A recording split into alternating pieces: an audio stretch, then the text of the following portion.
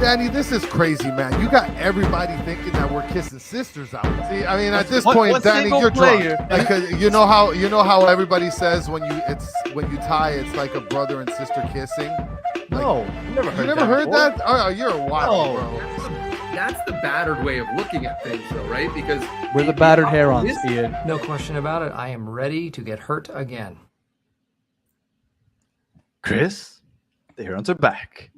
Welcome, everybody, to episode number 53 of the Battered Herons podcast. I am your host, Daniel Granada, alongside me, pointing at the very ugly hat for those of you listening on audio, Mr. KBD himself, Chris Duran. How are you doing, sir? Hey, the fourth is with me. Okay. Fourth is with you. I don't care about any of these Star Wars fans, but the fourth is definitely with me. So everybody can kick rocks. All right, so for obviously everybody has no idea what you're talking about. Tomorrow, Chris turns 40.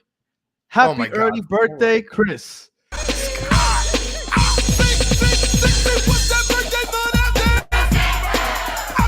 it, Chris. What is that with you? Is that still Neville? That is still Neville. Is that Emerson Rodriguez making an appearance?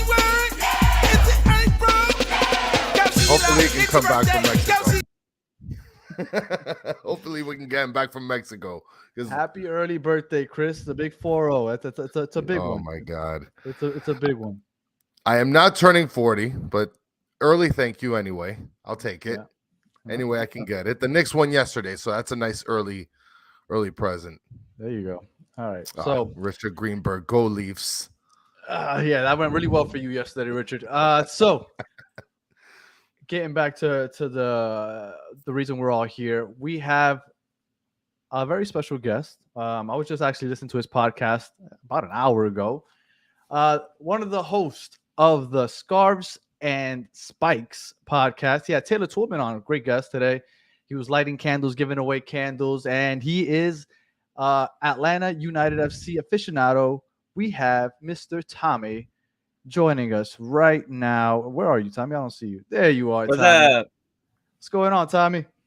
Happy early birthday, Chris. I just turned 40 myself. It's been all downhill. I got kidney stones. Pulled my back out, so it's all downhill from here, baby. Luckily Danny is an asshole to me sometimes, and I don't turn 40 for another 2 years, but that's fine. Yeah, this guy's just you're right around the corner. You're right there. Strings. I am around the corner. Yes. Yeah.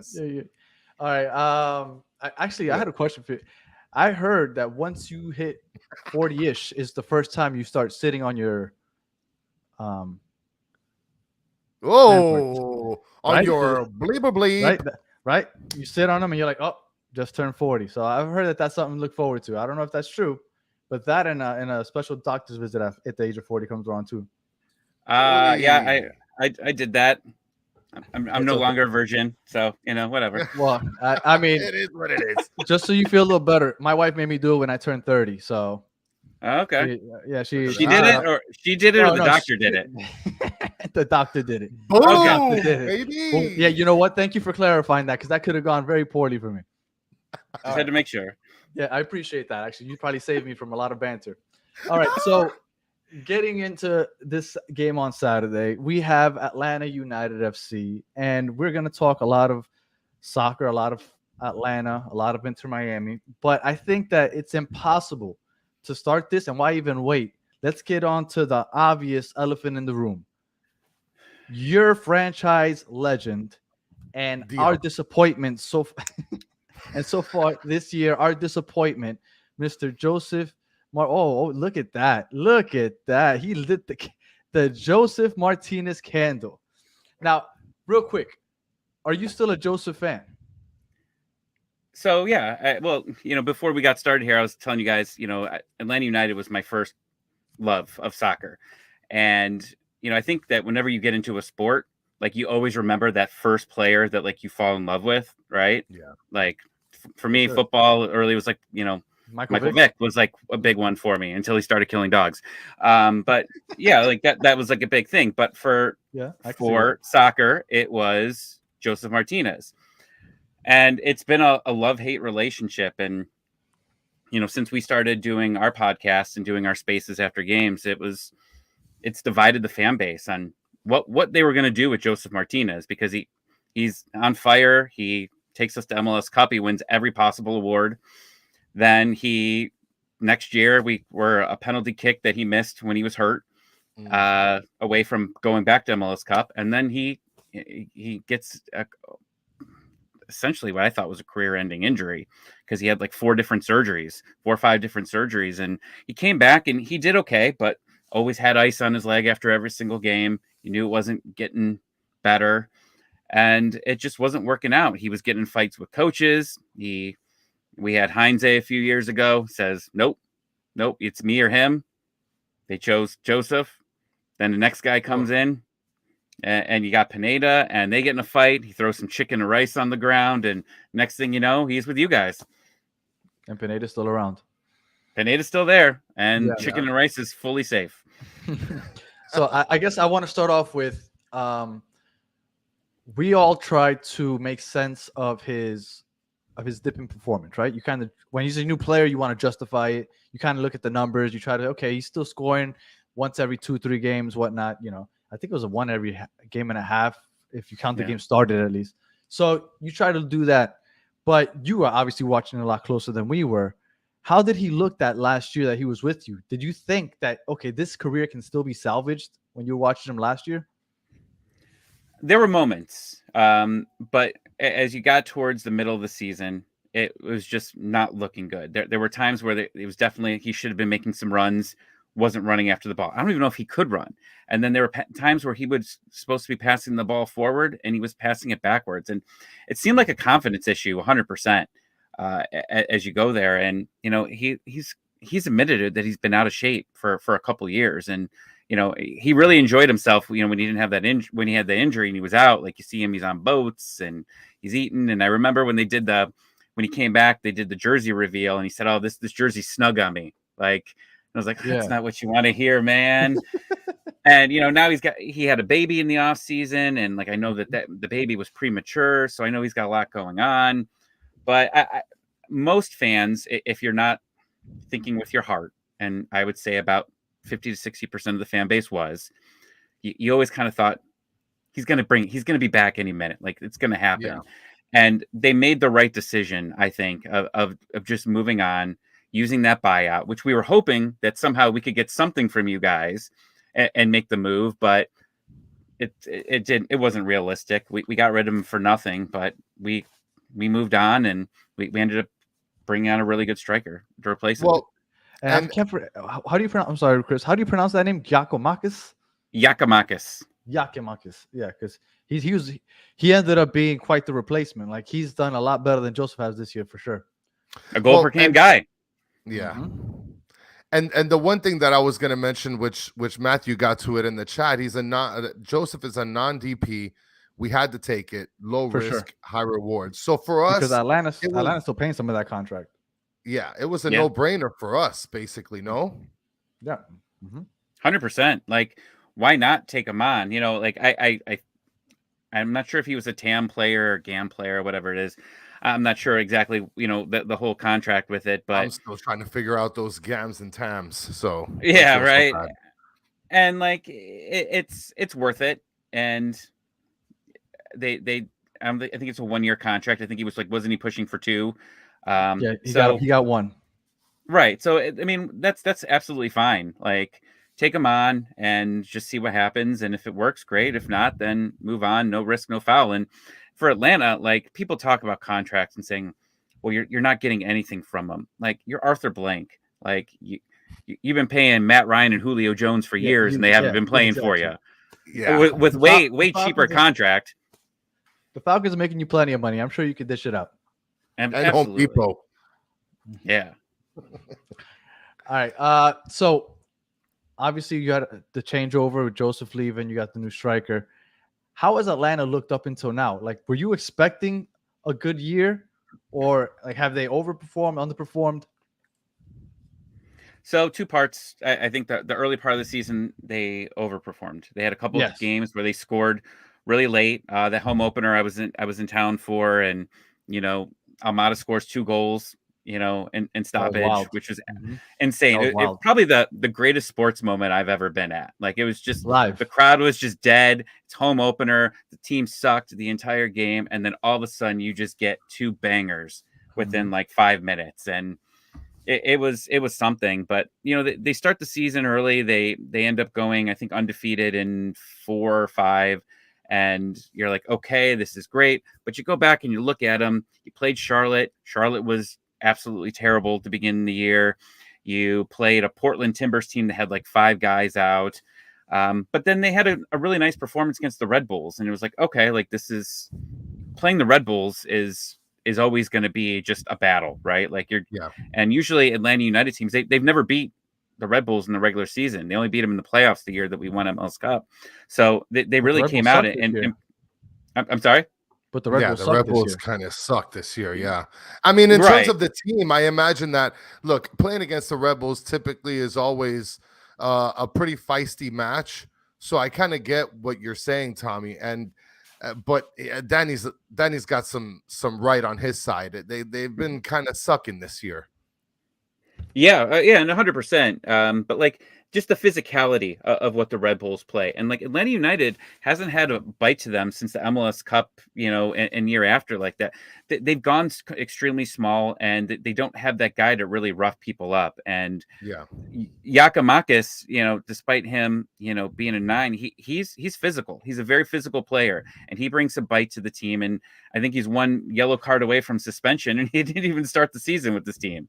So, I mean, that tells you something about him. And then they have another player, Franco Ibarra, in the midfield, who's also very physical and got a red card and has been kicked out of a game. But like, that's something that's been missing from this team is just a little bit of bite to them, and they seem to have it. But back to your question, it's been kind of a tale of two halves. We're already out of U.S. Open Cup.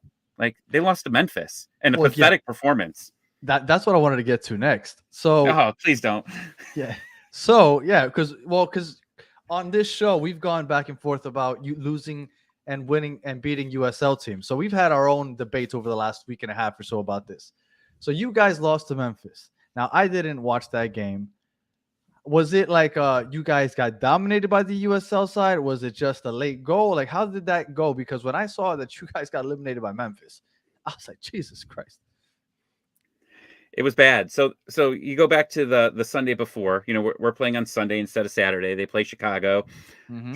Should have beat them easy. They end up tying the game like in the 88th minute, and we end up winning on like another 96-minute random corner kick that goes in off of one of their players' butt. And it's like, okay, cool. And then their guys were exhausted, and they thought that they'd be able to start some young players and be able to get away with it. They go up 1-0, and you're like, okay. They dominated after it was 1-0. So like, basically for 87 minutes, they outshot them. It was something ridiculous. And then they end up getting a PK, tie the game, score in extra time. It's over.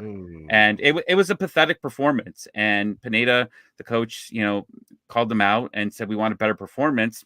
They go on to Nashville the next, this past weekend. And you don't have Giakoumakis. Right. And like, this is the problem with Atlanta United. Since Joseph Martinez got hurt, they have not had a striker that's done anything. Like, they've tried to replace him. And like, obviously it's all backup guys because you thought Joseph was going to come back and be Joseph. And they've never had anybody. And Giakoumakis is the only guy that has been able to score in that position. It's been a jinxed position before that. But I knew that like this Nashville game, I was telling them I threw $100 on Nashville on Saturday when I saw the lineup. I was like, Giakoumakis isn't playing, throwing $100 on it, and easy money, baby. So you threw $100 on them because you thought that Atlanta couldn't score, or because you knew that Nashville was going to put up some points on you? Well, because basically, I knew they couldn't score.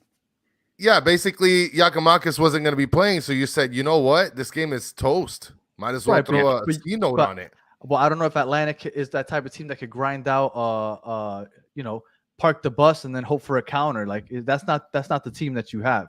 Like, how are you defensively? How are you defensively? Miles Robinson is probably one of the best center backs in the league. I mean, he is. He's hands down, absolutely fantastic. And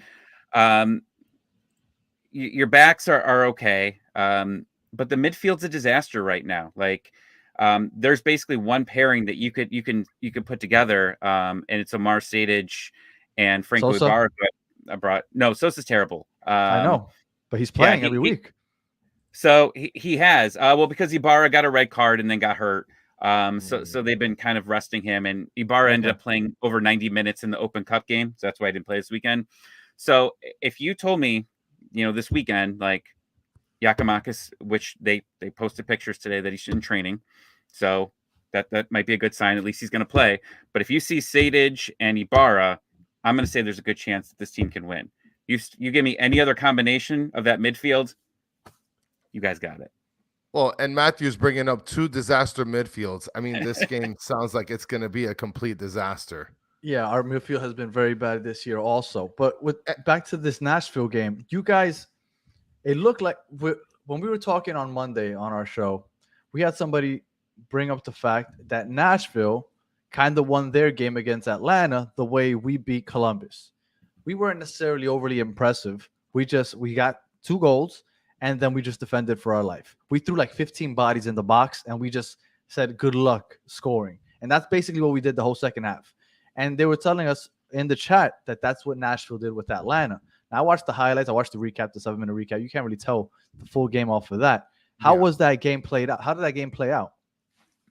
So Atlanta got down, halfway or close to the end of the first half, and it was off a set piece. Just terrible defending.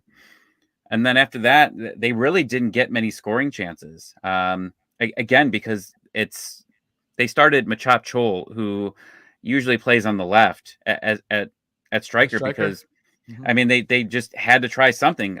Miguel Berry, who was with the Crew, and then eventually DC, we got him from. He's been starting at striker when Giakoumakis is, and he hasn't done anything. He's been just basically invisible out there. So they were trying something different, and it didn't end up working. But they ended up countering and ended up, putting it away at 3-1. Well, and here we have, Matthew chiming in also saying Nashville style, defend with 7, attack with 2.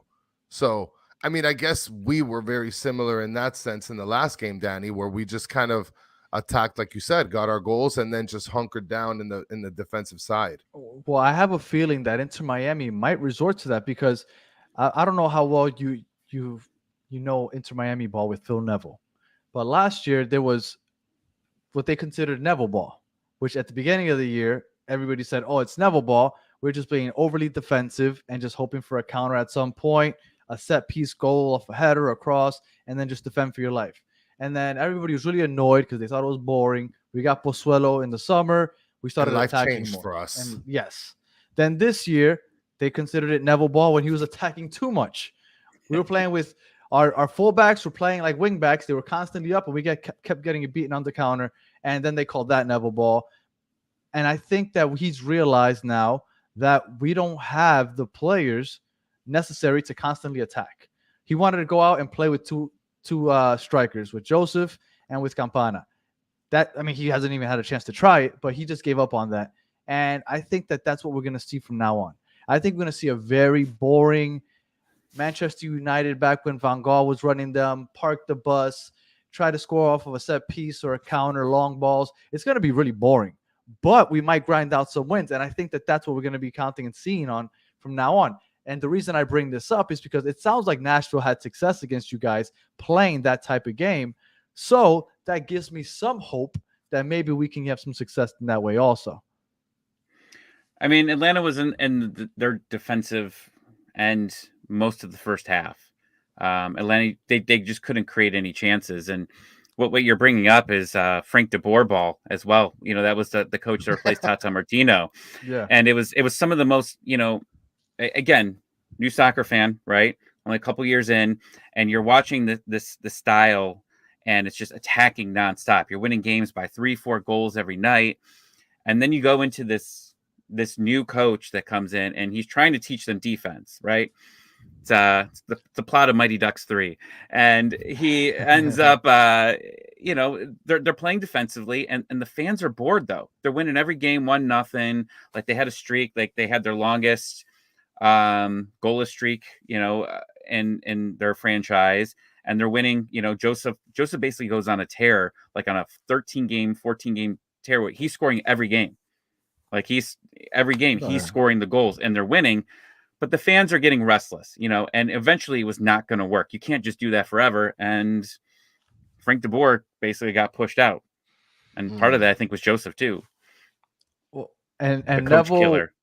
When he started this season, well, he wanted to play out the back, right? So we were playing out the back. You want to play possession ball, short passes, work your way up the field and create something. And that was working great until we got to the final third. We just couldn't finish. We couldn't create because we had no 10. We didn't have a playmaker. So to me, I personally think that because of what worked last week against Columbus, when nobody gave us a chance to win, but there were no short passes. It was long passes, and then just give Columbus the ball and let them try to break us down, and we'll catch them on the counter or on a set piece, which is how we won. We won on a quick build up the left flank, across to Kramashi. He headed it to Campana, and he nutmegged the goalie, and then a set piece goal. And after that, we just buckled down and played. I mean, Campana was essentially playing a CDM role because he was so far back defending that it's like we were on a 6-game losing streak. We had to do whatever possible to finally get that win. So I respect it, but I really think that we're going to get a really boring brand of ball coming up soon. Can you bring that comment back up you just had? I'm sorry. This one right here? Oh yeah, you can't trash talk the Mighty Ducks, man. That's my childhood. Oh yeah. All right, go on. I just had to call that out. Just had to call it out. That is also my childhood. So Mr. Krabs, let's calm it down. All right. I played some hockey in my day too, and Mighty Ducks is the only reason I played that. Weren't sport. You a goon? Yes, I was a goon. Yes, I was the right defender in street hockey. Yeah. You're a Bash brother. Yes. Lucas just mentioned Mota might not also play also on Saturday, by the way. So I guess we're not going to have an 8 either, Danny. So our whole midfield is, oh my goodness. Matthew with the worst comment of all time. Ducks? This guy, all right, just so you have some backstory here, Tommy. Matthew has been listening for a while, and he's part of the community. He's like 7 years old, I think. So he has no idea what the Mighty Ducks is. They just rebooted it on Disney Plus, man. Come on, man. Yeah. Once this is over, load up. I know it's going to be late and it's bedtime, but let's sneak down, load up Disney, start Mighty Ducks 1, and then you got a whole TV series afterwards. And which I have to catch the TV series. But before you get to your point, Danny, now that before we get off of the topic of transition players from Atlanta to Miami, and just by the way, when you guys are playing Nashville, there's no way you're getting more than one goal past that mustache, Joe Willis. Okay, that guy, I wish he was our goalie. But thankfully we have Drake, man. Well, all right, yeah, but Drake doesn't have that mustache, right? But he's still a great goalie. He is a great goalie. Don't disrespect Drake. So I'm not disrespecting him. I just think that he'd be nicer with the stash. But talking about goalies, right? We had Clement Diop on our team many moons ago, and he's been on sort of a tour here in the MLS and landed in Atlanta recently, and he's played the last 2 games in between the sticks. And it's unfortunate that you guys have lost the last 2 games. How does the fan base feel about Clement Diop? I know that it's not something we were going to talk about, Danny, but that's got to be interesting. The goalie position is super crucial. 100%. So you start Brad Guzan, and he comes back from that injury. Personally thought his career was over, just considering his age and where he is. And I'm older than Brad Guzan, so it's still gross saying that. But he's 38, and you just figured that's done at that time. He ends up, coming back, and he's doing a good job. And then he gets hurt. And then they had Clinton Westberg of Toronto fame, who looks like the biggest villain, like diehard villain that you could find. Yes. He comes in and he does okay. And then he gets hurt. So Diop comes in and he did. I mean, that game that he came in against Chicago, had to make a couple big saves. And then with Memphis, honestly, guys, they probably should have lost to Memphis 4-1. Like that's how bad it was. Like, wow. Diop was just amazing. And that's when the fan base fell in love with him. They hated the rest of the team. And shout out, the MVP of that game was actually, they gave Brad Guzan the Twitter handle. And if you go back and just view some of like Brad Guzan on Twitter, just learning, like someone said, Brad's cooking. He just kept tweeting, "Can someone please explain to me what cooking means?" Best part of that game, because the rest of the game sucked. But yeah, Diop, I don't know if you've seen, like, I found out on Twitter, like he's like, the fan base is calling him the drip god, because this guy's got some outfits, man. He has got some amazing outfits that he wears, going into the game. And like, I can't even explain like what these outfits are, but look it up. It's great. But he's been fine, more than fine. I think he's great at moving the ball out there. Brad Guzan, if he had it, he would just boot the ball out 30 yards out of bounds there. So he's done a fantastic job. And honestly, I was hoping that he was going to get the job when Brad went down, and they ended up giving Westberg it. And there's a very good chance next year Brad Guzan retires, or his contract just expires and they move on from him. Westberg, I don't see being. I could see Diop being a possible starter going into this team next year. That's nice. Wow. That's actually a very surprising answer, Tommy. I didn't expect that in no way, shape, or form, especially that he's been on the MLS tour the last couple weeks. I figured, oh man, this is not going to be a good look. I mean, I'm obviously looking at it from a statistical standpoint, right? 2 losses, and I'm thinking to myself, Diop is a bag of bricks, right? But that's great that you caught on to that, and the fan base loves him. That's incredible. Well, we have the most expensive backup goalkeeper in the league, in Marsman. So if you want him also, you can take him. We have the most expensive starter. I'm pretty sure that Brad Guzan's still the highest paid keeper in the league, but he took a pay cut. But he's definitely up there. But at least he was your starter. Yeah. So you brought up that a little while ago. Now I don't know if you've heard that Phil Neville's seats might be getting a little warm. And there's a lot of people saying that maybe we looking at Tata Martino. Now, how do you feel about Tata coming back? Do you think that he could bring Joseph back to life if it would have happened during the season? And I mean, honestly, I feel like the link, he left because he had an opportunity in Mexico. Like, other than that, he said he enjoyed the MLS, did he not? He did. One of the other reasons why he left is it came out later that he had some battles with the front office. Tata Martino is probably one of the most knowledgeable managers that have come to MLS. Like, he had a binder that he brought in when he did his interview and said, "I've got these list of players. Here's who I want to bring in." Miguel Almiron was one of those guys, but that worked out. He came in and he's very knowledgeable. And like, you see other like managers that come in like that, Frank de Boer, and Heinze, like, they didn't know much about MLS, didn't understand the rules, nothing. Front office, Carlos Bocanegra, he runs his own world. He makes his own decisions. He didn't want Ezequiel Barco, and they ended up signing him anyways. And Tata was right. Barco's been very mediocre in MLS. He's not here anymore. And he also wasn't a big fan of bringing in Pity Martinez. Now, Pity Martinez would have worked under Tata Martino 100%, but Frank de Boer and boring ball, that's not going to work. But wasn't he like the best player in South America at some point? He was coming off South American Player of the Year when he came in. So Tata's great, and he's a very stubborn coach. And what I mean by that is he sticks to things, and he refuses to move on with them. Like, he'll run your starting lineup into the ground. He doesn't like, bringing other players in, just plays consistent lineups. And that's why he never did well in the Open Cup, because he just was very stubborn on that. And the year they actually ended up winning MLS Cup, he finally was like, "I'm going to change things up. Like, it's not working." And all of a sudden, he just started countering. Like, Atlanta United was always on the front foot. He went to the playoffs and said, "No, you know what? We're going to give you the ball. We're going to counter. We got the fast guys for this, and we're going to score." And that's how we won the championship. And I like Tata, and I hope that he comes back 100%. Now, I don't know if there's anything to save Joseph Martinez. And like, it pains me to say that, because he's my favorite guy. But I've watched him since he's come back from this injury.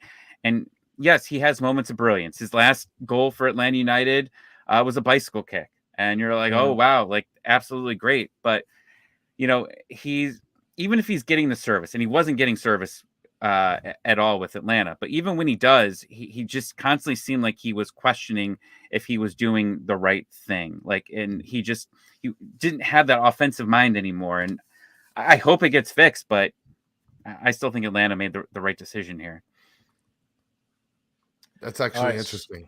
So moving on, Almada. Ooh, baby. One, how really good is he? How good is he really? Jesus. Two, is he going to be here past the summer? I mean, there's people in the chat that don't think so. I mean, that's the brutal part about having a star in MLS. 100%. So, I mean, if people don't know the Almada story, he was wanted by some very big clubs: Manchester United, Man City. I think Tottenham was in on him. And then there were some stories that were coming out about potential about a party, and there was a woman, and really bad stuff. And all these teams said, nope, I don't want him anymore. And Atlanta went out there and did their research. From what they said, they took their Falcons background check people out there, and they looked into it. And it was really supposedly the coach that really did all these things. Ooh. And Atlanta United won the lottery. I mean, you get a guy, like, he's still one of the highest paid transfers ever, right? Yeah. But you got a guy that should never have been really in MLS to begin with. He didn't want to be here, but it was time it was that lottery ticket. Like, he's going to come in here, and if he absolutely dominates, we're going to cash this in. If it goes wrong, you're really going to push this fan base out, because the fan base didn't really welcome him with open arms. I'd say about 30% were just constantly posting all the stories about everything that happened in Argentina. Well, it's all the juicy content. They love it. Yeah, but like, that's the thing about Argentina, though. Like, the news there is just very sketchy, right? Like, you don't know what's real and what's not, and people just see headlines, and he's a big player out there, and they knew he was the future, the young Messi, as they called him, and you just didn't really know what was going on. Then he comes in and he starts balling, right? Like, the first season was okay, and then he goes to the World Cup, and he comes in this year, and he comes in with newfound confidence. Like I mentioned, first game, scores 2 goals, and the opener, and then what's he do the next week? He ends up scoring another crazy free kick. And that's what Almada is. He's smart. He makes everybody better around him. Just perfect passing. When he needs to shoot, he shoots. And I think he's still in the top of the league, in total of goals and assists combined.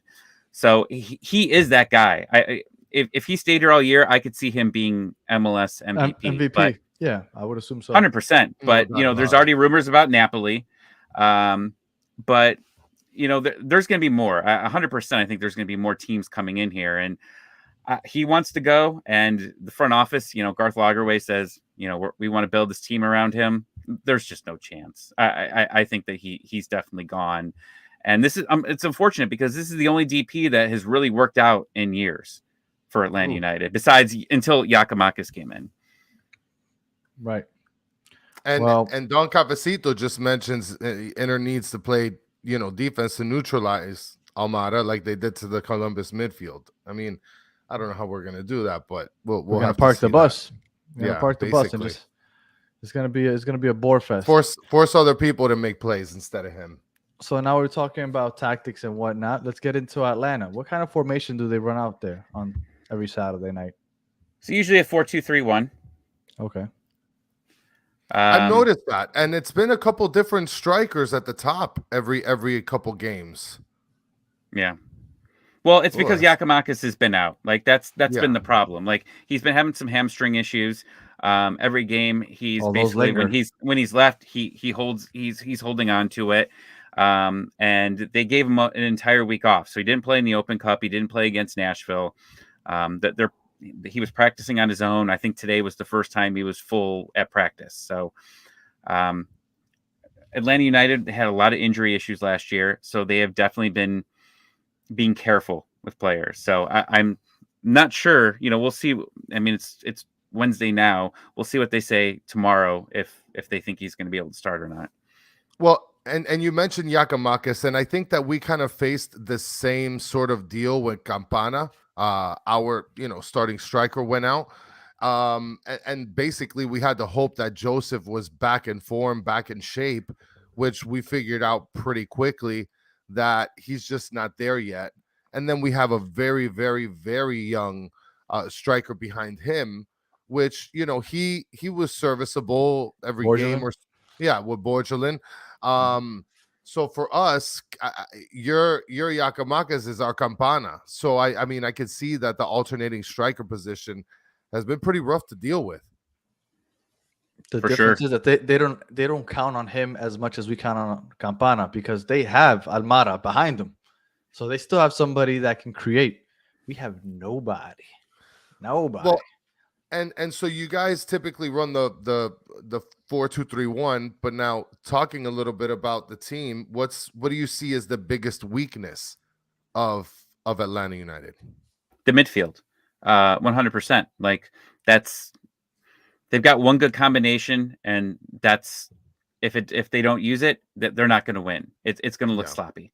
And that's the Sejdic Ibarra combination. Like they started Josetu and Sosa, and it's just not working. And I think Sosa could be a very valuable player on another team, but with Atlanta United, it's not set up for success. And he was one of the guys that was personally recruited by Heinze, and after he left, he really just kind of seemed like it went downhill. He was very sad that he left, and I think that he just needs to go find himself the right place. So if I'm looking in the summer transfer window, I'm looking at him moving out along with probably Almada. I was looking at some overall stats, and I saw that you guys have allowed the third most goals in the league. So, I mean, there's going to be opportunities there if we take advantage and play well, because you guys have given up 16 goals in 10 games. So, I mean, there's opportunity there. I just don't know. Is it because you get caught on the counter, or is it just that your defense just has lapses in playing? I mean, look at Matthew. Yeah, look at Matthew underage drinking. What if Joseph scored a hat trick? Go ahead, Tommy. Sorry about that.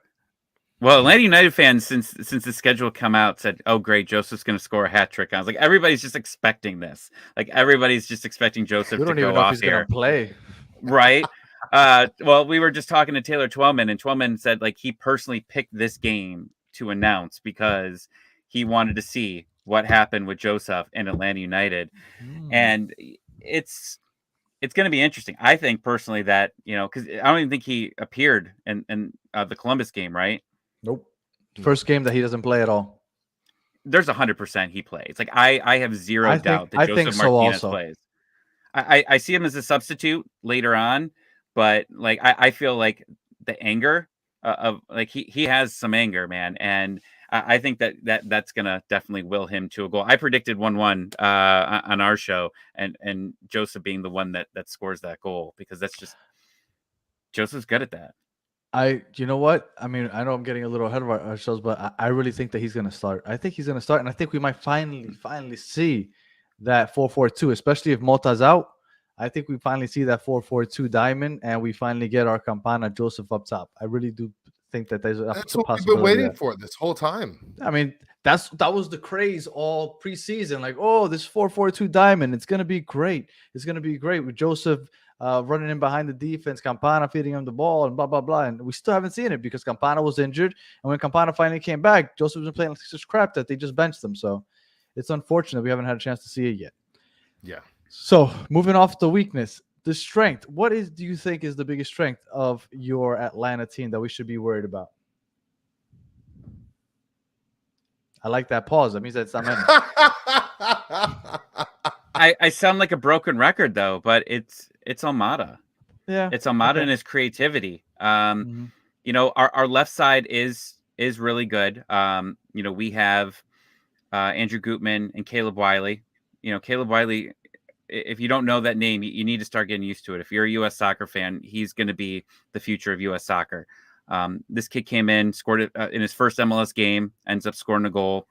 He played a lot more last year than he was supposed to because of injuries. And, he started off as a left back, but now he's playing up front. on the left, and Gutman and him just kind of interact, and it's beautiful. It's just beautiful soccer when you see these two, that they're in sync. And then you go to the right side, and the right side is just the absolute worst. Brooks Lennon is I like Brooks Lennon, and he creates a lot of opportunities. I hate the stat chances created, because if you look at it, you could think that this guy's like an all-star. The crosses that he brings in aren't fantastic. But Luis Araujo, and if anyone's watching from our side, there's a lot of Araujo slander out there, but it's needed, because the guy is just not it. He's one of the highest MLS transfers that came in. He came in the first quarter of the season. The last quarter of the season 2 years ago was on fire. I think scored like 4 goals, super fast. Since then, he's been complete trash.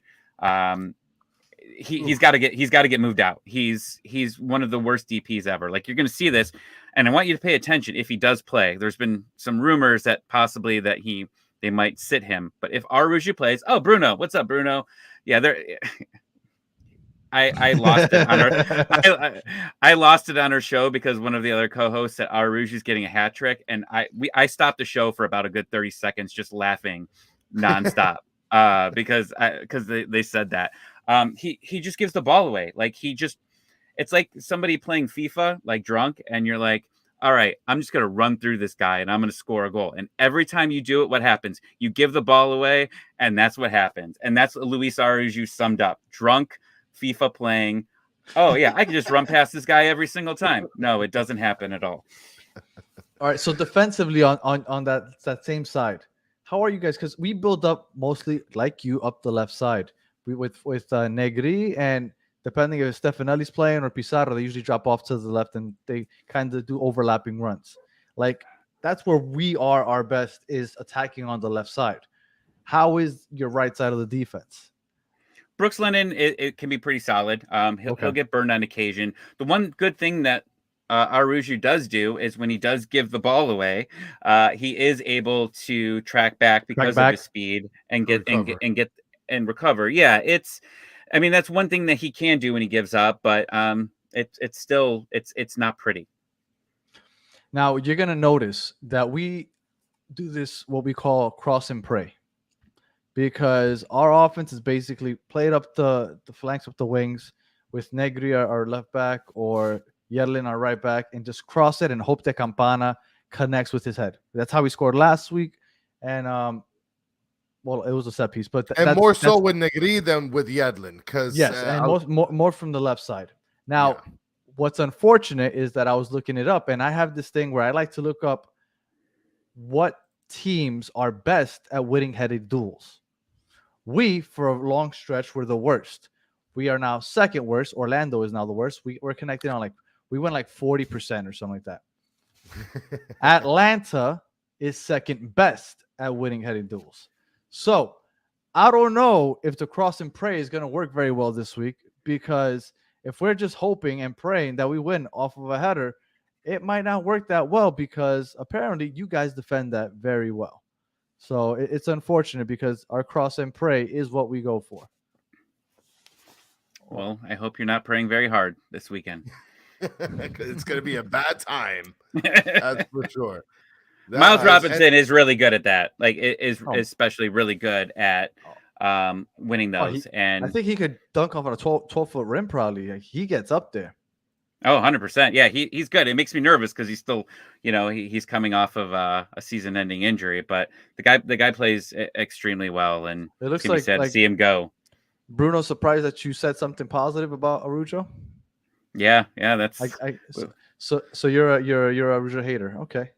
Now I have something to look forward for. And no, other people are slamming him in the chat too. And so it's not just coming from you, Tommy.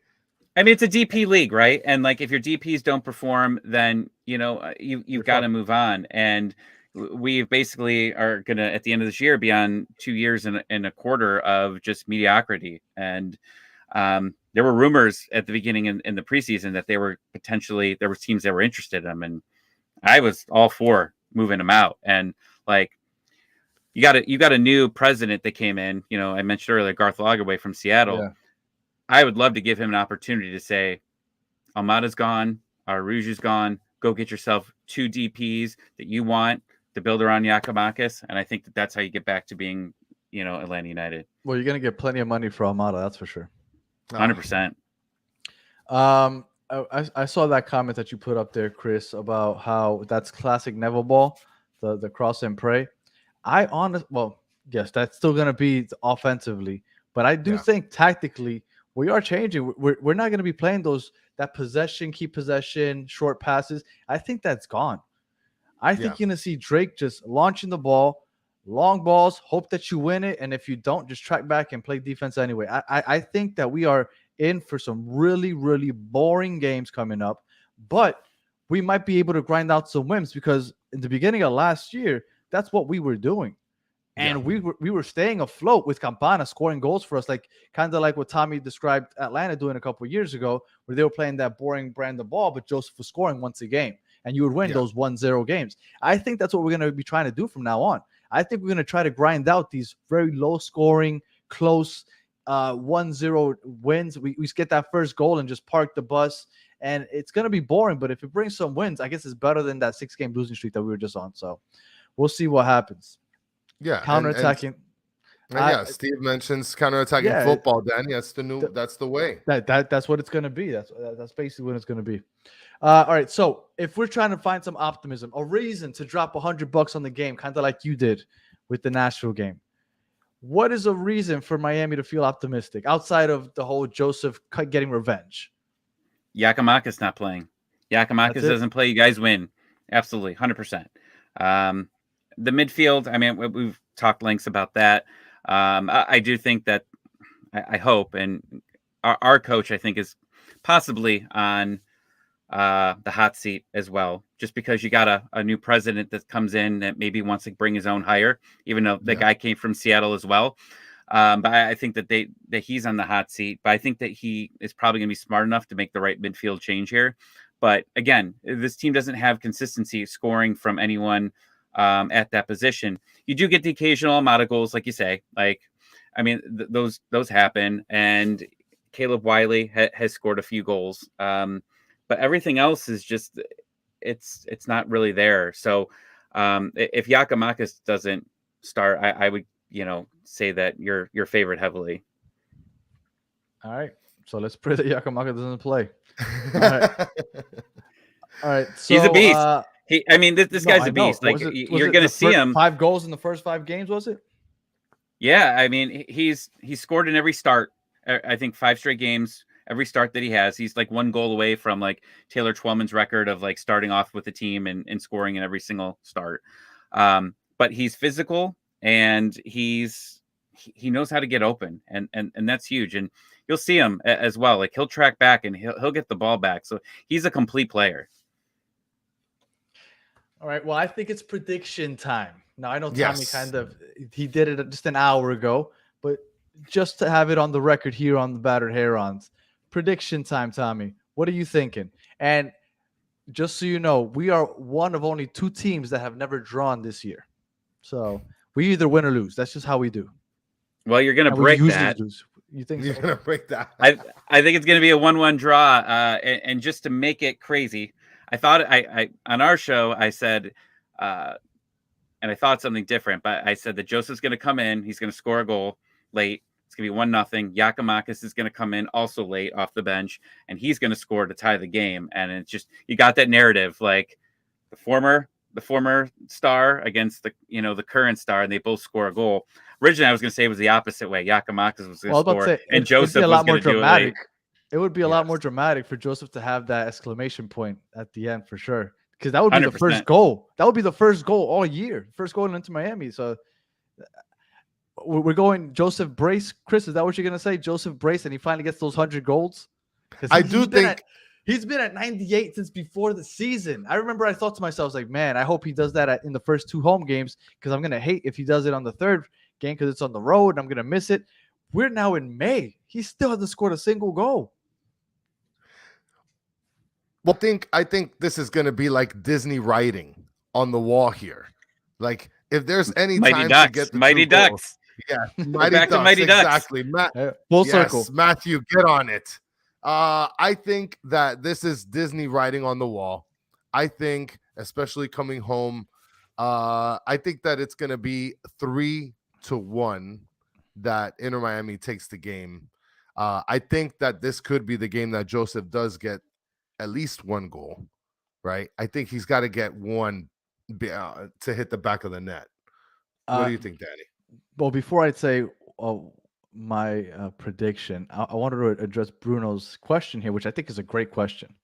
Oh, Will Joseph celebrate if he scores? Now, I honestly believe if this was in Atlanta and he scored, I don't think he celebrates. Because it's in Miami and it would be his first goal all year. Yeah. I think he celebrates. I think he celebrates if he's in front of the supporter section. He runs up to them. I 100%. I think he celebrates if he scores in Miami this weekend, his first goal. But if it was in Atlanta, I think he might not. What do you think, Tommy? I agree. He's had his different celebrations throughout the years, but usually it's kneeling to the crowd, and I could see him doing that because, like you said, like it's been a rough go for him, and I know he scored for Venezuela. Venezuela, yeah. That was a nice goal too. Like that was nice. But I think he deserves it, and like I don't think Atlanta fans would even be upset because I think everybody knows he's had a tough run, but he's gonna have many more chances because I think the draw for was a little bit rigged there for this summer tournament where somehow Miami and Atlanta are brought back together for ratings purposes. Yeah, I mean, Joseph might see the field in those because he's not getting much run in the regular season. Yeah.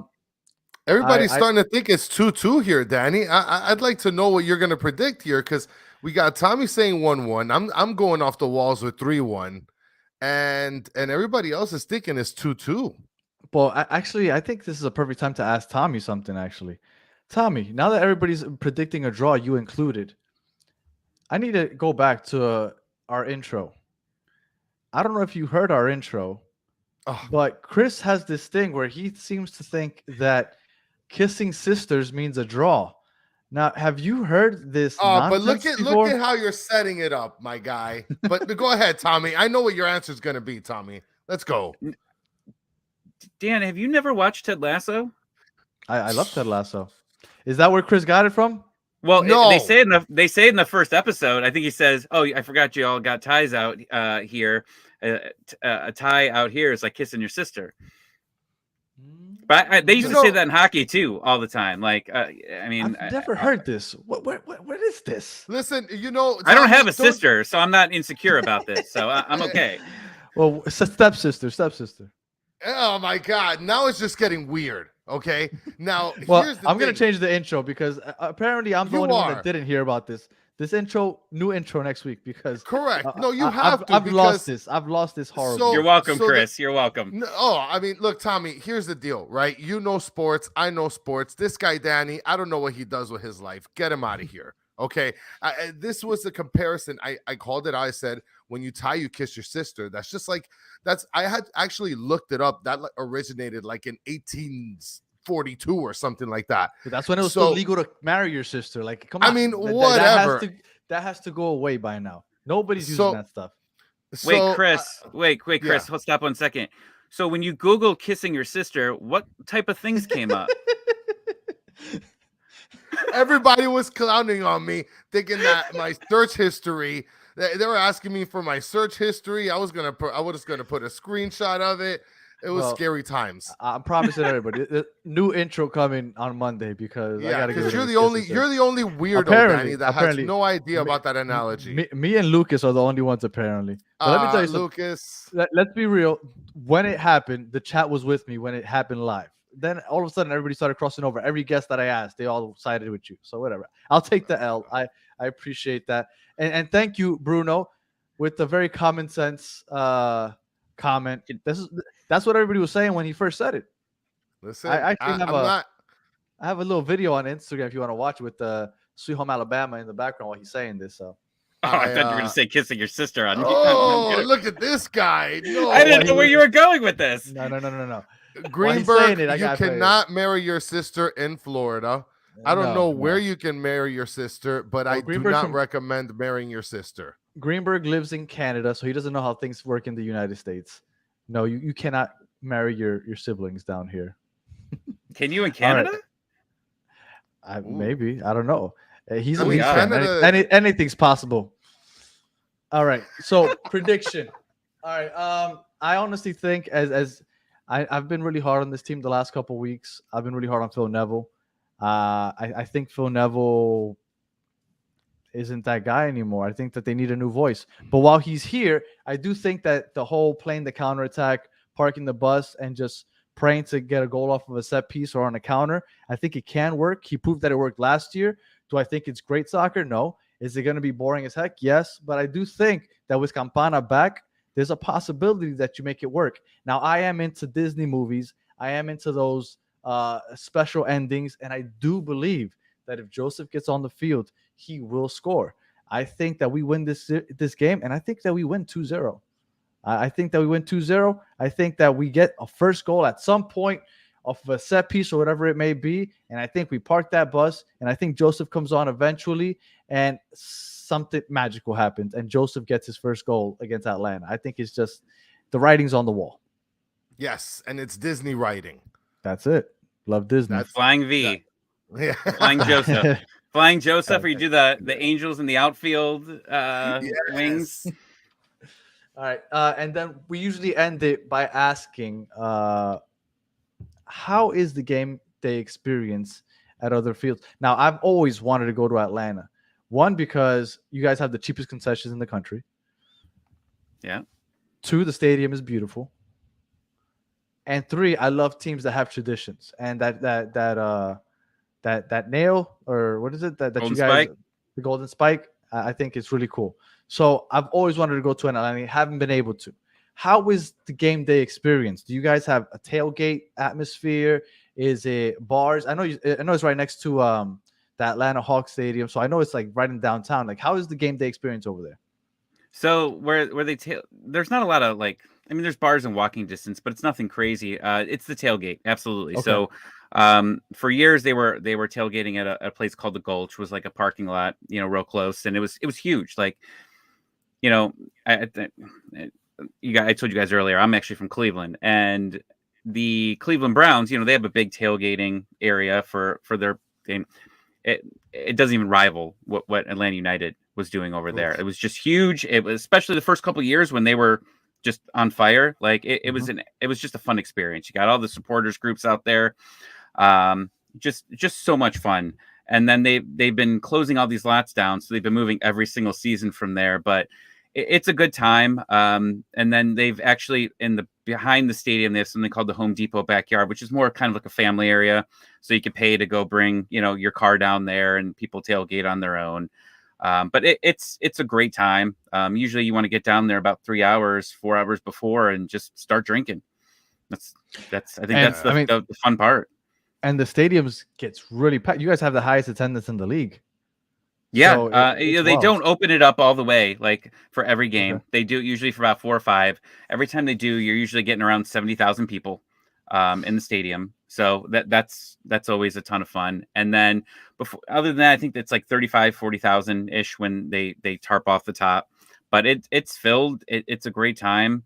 Like you said, the beer's cheap, the food's cheap. Like, I brought my kids to the home opener last year, and like, spending $50 on food for everybody and some drinks, that's not bad for 4 at all. That's a steal deal. My wife went. We go to the games with our wives, and Chris and my wife went off, and they bought 2. I think it was like margaritas or something. $50. Yeah. $50 for 2 drinks. It's ridiculous. Yeah, it's really This crazy. is why you have to get drunk outside. So that's a good question. You got a good question about turf there. Yeah, I was gonna bring that up. So yeah, players. So I don't know if players have complained, and I see a follow-up question: was Joseph injury on turf? Joseph actually got injured in Nashville, and let me tell you, that field was shitty. That was the old Titans. They didn't move before they moved into Giannis or whatever. That field was trashed that night. There was a couple tackles where you saw the field come up, like you knew it was a bad field. Ooh. So that's where he tore it. But there has been a lot of talks about that, specifically Brad Guzan, which was he just stepped backwards and he basically just tore his Achilles. But Miles Robinson did get hurt on the field on turf. And there's always talks. Like I have a friend that's a doctor here in Cleveland, and he's into physical therapy, and we talked about turf. And there's always going to be studies for everything. There's going to be studies that say turf doesn't affect injuries, some that do. It is what it is. But Atlanta United's getting the World Cup, and they have to have grass. So they're going to be bringing grass in. They're going to have to. So Atlanta United will be playing on grass probably for at least a couple months, because that's how long I think it takes for it to get up and going there. And this comment by Bruno is just, everybody is about to go look. Everybody's looking for tickets right now to go watch the Atlanta United game. Look at this, Danny. I know, and I think we can play him feed a during the whole week. family. No, it's insane. I know it, but that's not just for Atlanta. For the for the Falcons also. Like that's what the Mercedes-Benz is known for across the country, at least, is for their cheap concessions. I don't know why other stadiums don't do it. You're gonna sell more, obviously. I mean, I guess if you sell for cheaper, like it's kind of like the Walmart method. So, well, I mean, look, $20 and $6. That is the cost of that margarita, which number one still doesn't fuck you up, and second, it's still 12 ounces. So it's a highway robbery. I mean, look at this, Bruno. You're just tacking it free on soda refill. He's just rubbing it in our face at this point. He's just rubbing it in our face. Free soda refills. Matthew's telling us that $5.50 for a water bottle, and here we are with Bruno introducing 12-ounce beers for $6. The only thing that we have going for us that maybe other stadiums don't is that we sell coffee. We sell coffee and the cafecito. That's it. People go to get their cafecito at halftime, and that's about it. Other than that, our game day experience. I mean, the tailgate's cool and everything. Yeah. But as far as inside the stadium, it's nothing. It's really nothing. It's a temporary stadium, but. And there's a couple. Go ahead, Tommy. Sorry about that. I was gonna say, even during the Super Bowl, when the Super Bowl was at Mercedes-Benz, same prices. They didn't jack them up for the Super Bowl. That's awesome. This guy Steve, we paid 25 cents to use the restroom. there's a grandma outside with a steel cup asking for a quarter before you take a whiz in the toilet. It's 50 for a two. As a matter of fact, Steve had a 10 cents to fart. As a matter. All right. Steve asked the question earlier. What's your favorite food or dish? Just in general? Just in general. That's the go-to Steve Munoz question usually. Yes, it is. It's a good one. I'm Italian, so I'm a big lasagna guy. But when I'm watching games and I'm under the influence of things, I am well known in the city that I live in by the Outback that when I'm under the influence, I will order a bloomin' onion for a game, and it's the only thing that I get. And I will. They know me over there because they took it off the Uber Eats menu once because they said it was getting too soggy, and I got it back on the menu, guys. This was like the biggest thing that I've ever done in my life. I reinstated the bloomin' onions in Strongsville, Ohio. So if that's on my grave, that's more than enough. You won. That's it. Exactly. That's more than I've ever done. I promise you. I love bloomin' onions. So just that you did that, you won a place in my heart. Okay. Awesome. Are you you're not traveling down for the game this weekend? No. But I'm going to be trying getting back at least a couple times. Usually I try to make a weekend out of it when the Falcons are playing. So I'll fly down. Atlanta United on Saturday, Falcons on Sunday, be hungover and fly home on Monday. Nice. So one more thing before we get you out of here. If any of you guys have any questions, chime in right now before we close out the show. But go ahead, Danny, before I No. I know where you're going. Go ahead. Yeah. So I mean, we got everybody's waiting for me to ask the question, right? Oh man, I'm nervous now. Making sure that I don't forget the toast question. Okay. Yes. And it somehow became a staple. We've been trying to get rid of it, but everybody they need to know. And you know what? One thing that I gotta give credit to all these guys is that we get different answers very unexpectedly. So who knows? Right? Look at look at Bruno before we get to the toast. Yeah. Well, bring up Steve's question because, like, I didn't know if I could like actually like bring that up, but like that's the Yeah. influence that I was talking about there when I get a bloomin' onion. Oh But yeah. Steve, but you're on that, point there. but that's not in the stands. I mean, that's in my my Oh, living room. because But that's why? Because Steve means that in our stands it gets a little wilder. oh, Yeah. okay. Yeah, Well, yeah. I got to come hang out in your guys' stands. All right, Tommy. Right. So check this out. We're just gonna blast it right here. Boom. Oh God. There it is. Oh, You got this is 5 easy, choices. man. You got 5 choices on the steak. You got 6 choices on the toast. Let's find out if you are, in fact, a serial killer or not. So Oh, go for it. okay. Shit. Oh, serial killer. Oh man, I don't even know where this is going. But 2 for the steak. Okay. That 3 or 4 is my. I'm lazy. I was gonna go 4, but I'm too lazy and I'm hungry, so I usually go with 3 because I 3. don't want to wait the extra 30 seconds for it to cook a little bit more. So what's that's your good. opinion on the toast with 1 and 6? What are your opinions on those? I mean, 1 is bread and 6 is dead. That was perfect. Yeah. 6. We 6.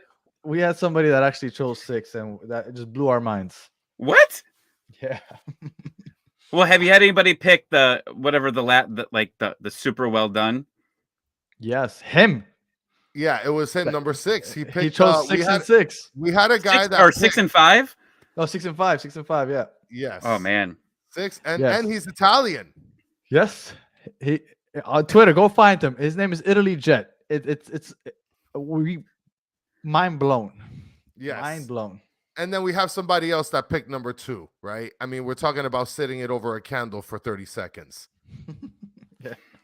It's my second greatest accomplishment of all time was I was a server for a few years out of college, and this guy came to me and he ordered prime rib. Like, we had famous prime rib at our place, and he goes, "I want it well done." And I'm like, "Come on, guy, like we can't do this." And I offered him. I said, "If you," I go, "I'm not even gonna go void it. I'm gonna give you." It was like a 2 or 3, I think, probably 3. And I said, "If you don't like it, I will pay. I will give you cash. I will hand you cash in hand if you don't like it." Guy, I bring the steak out. He's looking at it. The whole family's looking at him like, he's actually going to eat this. And he ate it. Guy came back every week and got it medium. Look Ooh, at that. nice. I changed his life, guys. I That- changed his life. Not all heroes wear capes. They Exactly. wear the A on the chest. I look at this guy. This guy Tommy is the real deal. Oh, before we go, actually, I had a question. What do the 5 stripes represent? Shit. I don't even know, really, to be honest. I never looked into it that much. Okay, because I know community is one of them. But yeah, I don't have them on. Maybe Bruno's still here. He might know them. I thought it was like the 5 neighborhoods or communities or something. I don't know. No, it's like the 5 things that they stand for. Okay, got you. Okay, like okay. unity, community, blah blah blah blah blah. Equality. Whatever. Okay, got it. Okay. I Nice. wasn't Yeah. sure. Do you ever look at Basically, logos and like see hidden things in logos? Like, that's like a spike. These are like spikes that are put in here. Like, oh, okay. so I like, see that. have you ever had those moments like when you look at like a thing? Like, there was one day my buddy who got me in the Falcons was like, that's an F, right? And it blew his mind. It blew his absolute mind when he found out that the Falcons logo was an F. Like, it was one of the greatest moments ever. I have to look at the Falcon logos, but I was laughing at Hazel's comment. 5 free refills is what it stands for. Bruno's got it there. Thank you. I got one right. I'm 1 for 1. Yeah. Unity, excellence, community. For those of you listening on audio, unity, excellence, community, determination, and innovation. Yeah, That's that sounds like 5 strips. Okay, that sounds it's like cool. that Every sounds like jersey a that they have Walgreens has card. Nice. It has 5 stripes. That's their thing. So I was just curious. Best strip club In Atlanta for lemon and pepper chicken wings. I mean, that's pretty down to the needle there, Richard Greenberg. I mean, what if I don't like lemon and pepper chicken wings, right? What if I just want some old school barbecue? and All right. 5 free Bud Light refills. Yeah, Danny, No, let's no, close no this way. out. No way. It's that called they get Magic free- City, guys. free. He's specifically talking about Magic City. Of course, that's where was it Nick Young got they saw that he was like at the strip club like during a playoff series or something.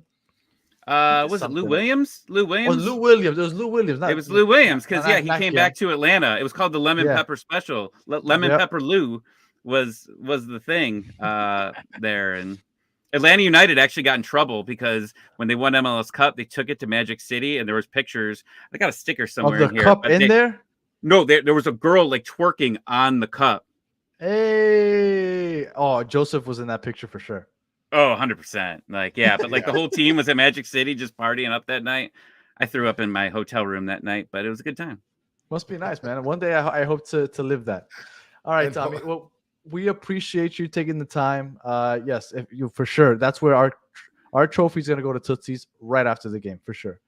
We appreciate That you sounds taking like the a time strip to join club. us. That sounds like a dirty strip club. Oh, Tootsie's? it is. It is. It's two floors. It's a 2-floor strip club. It's no, it's actually fancy. Yeah, it's actually No, not it's not dirty, but yes, it is. I always say it's fancy. Yeah, it's one of the more promiscuous ones.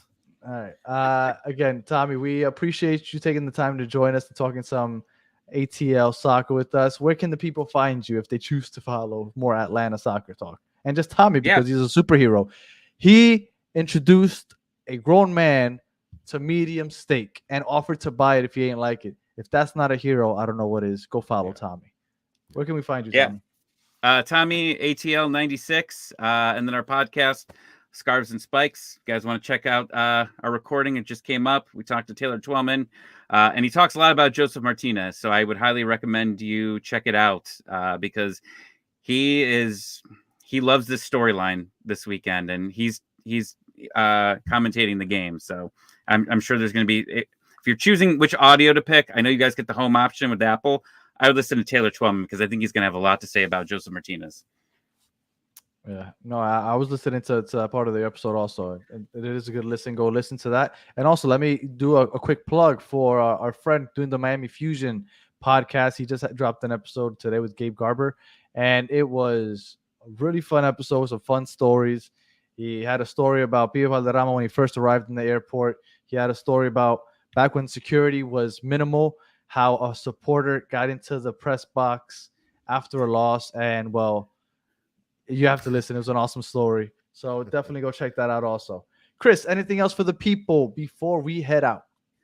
I don't know about you guys, but I'm waiting for a win this Saturday, not only from Inter Miami, but from these guys right here. Oh, this guy. So prepare yourselves. Just prepare yourselves. And it's my This birthday guy. tomorrow. So, like, fuck you guys, right? Like, whatever. 45, right? Oh, just about. 48. 48.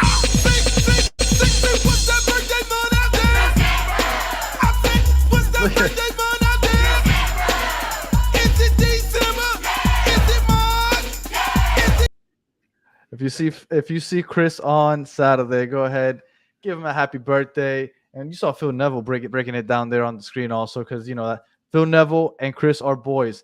He won't admit it, but Phil Neville's passing him the check. That's why he defends him every week. Yes. All right. So again, we appreciate you guys in the chat for joining us, making the show fun and sticking with us till the end. If you're listening on audio, we appreciate you also. If you want to check out the YouTube videos, you can find those Battered Herons audio, Spotify, Apple, all that other good stuff. Twitter, Instagram, and I think that's it. OnlyFans? No. Yes. I mean, with Chris and his kissing sisters, who knows? Yes. All right. Well, we appreciate you guys, and we'll catch you on Monday when we recap a win over Atlanta United. Ooh. Catch you guys next week.